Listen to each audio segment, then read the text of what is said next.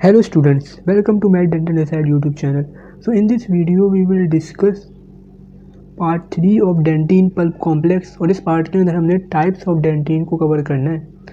Types of dentin basically 3 types का होता है dentin. Primary dentin, secondary dentin और टर्शियरी डेंटिन.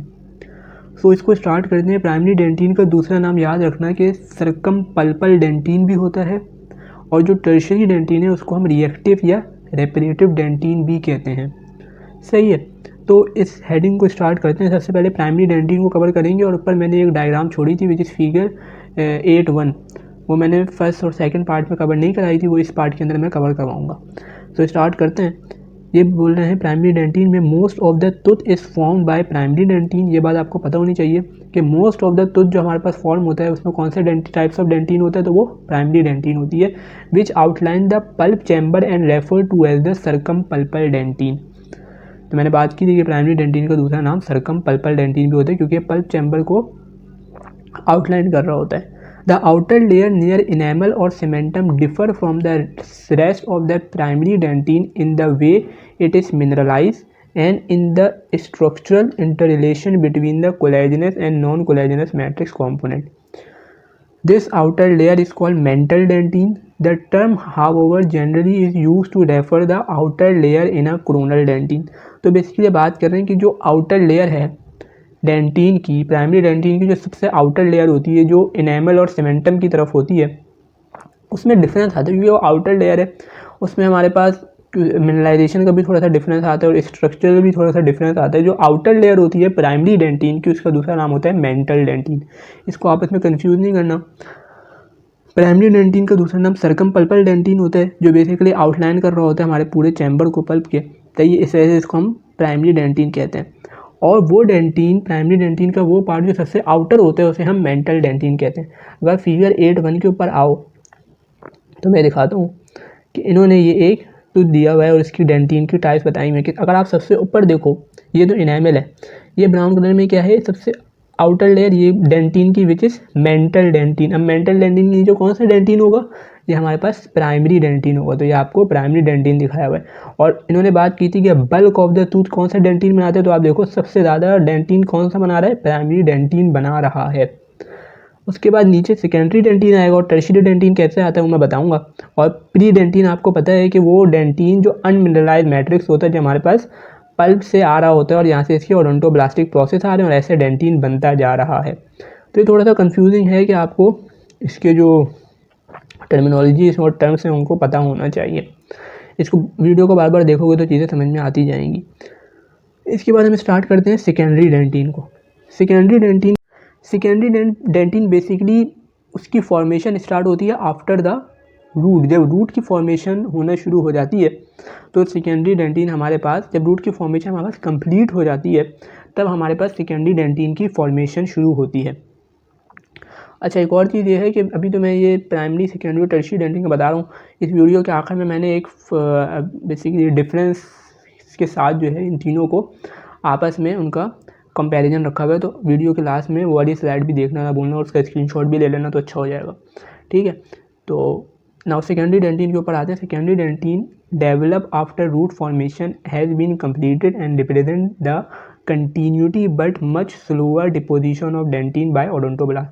ये बात कर रहे हैं कि जब रूट की फॉर्मेशन ख़त्म हो जाती है उसके बाद सेकेंडरी डेंटिन की फॉर्मेशन स्टार्ट होती है और इसकी जो डिपोजिशन होती है वो स्लोअर रेट के ऊपर होती है. Secondary dentin has a tubular structure that has much though less regular, is for the most part continuous with that of the primary dentin. Secondary dentin is not deposited evenly around the periphery of the pulp chamber, especially in the molar teeth. The greater deposition of the secondary dentin is on the roof and floor of the chamber. ये बात कर रहे हैं कि secondary dentin हर जगह equally distribute नहीं होता. जैसे हमने बात की थी कि जो प्राइमरी डेंटिन है वो हर जगह इक्वली डिस्ट्रीब्यूट हो रहा है, लेकिन जो सेकेंडरी डेंटिन है वो ज़्यादा डिपॉजिट होते हैं on the roof and the floor of the pulp chamber. अब डायग्राम में इन्होंने आई थिंक नहीं बताया हुआ है, इतना कुछ क्लैरिफाई नहीं किया हुआ. हर जगह उन्होंने एक ही साइड दी हुई है, लेकिन अगर आप देखो तो जो फ्लोर होगा और roof of the pulp chamber होगा वहाँ पर जो सेकेंडरी डेंटिन होगा वो ज़्यादा डिपॉजिट हुआ होगा. ये बात ये कर रहे हैं. उसके बाद अगला पढ़ते हैं.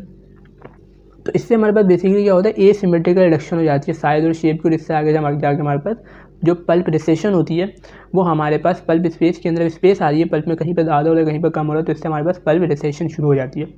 तो ये बात आपको पता होनी चाहिए किसी वजह से हो रही है, वो सेकेंडरी डेंटिन की वजह से हो रही है।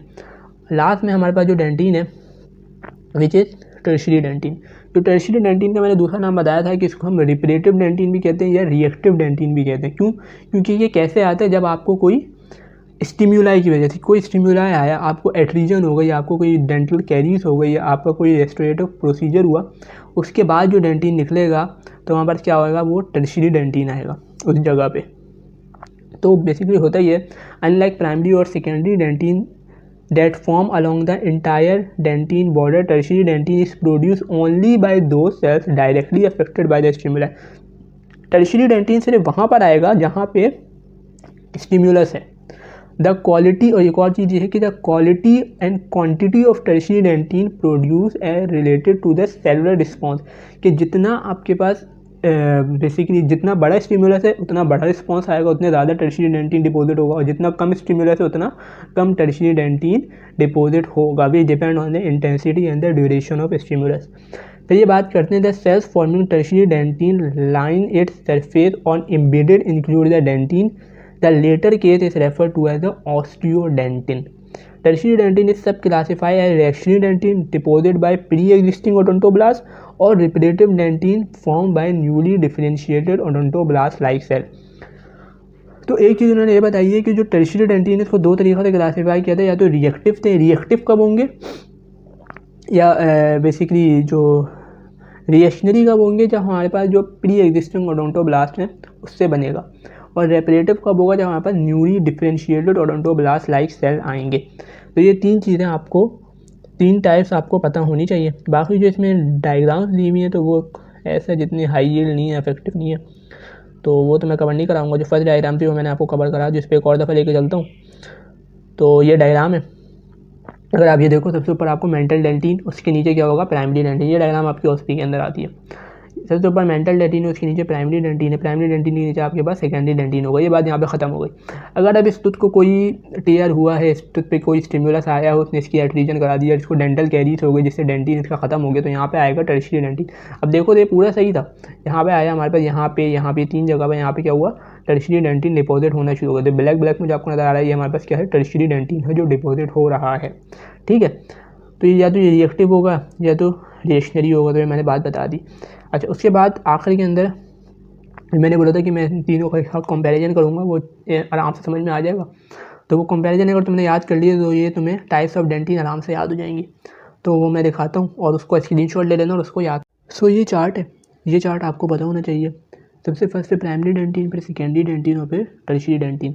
तो आपको पता है कि जो प्राइमरी डेंटिन है वो फिजियोलॉजिकल डेंटिन है, जो सेकेंडरी है वो भी फिजियोलॉजिकल होता है, और जो टर्शियरी है वो किससे होता है, बाय द स्टिमुलस। कोई स्टिमुलस आया उसकी वजह से कौन जो डेंटिन डिपॉजिट होता है वो कौन सा डेंटिन होगा, टर्शियरी डेंटिन होगा।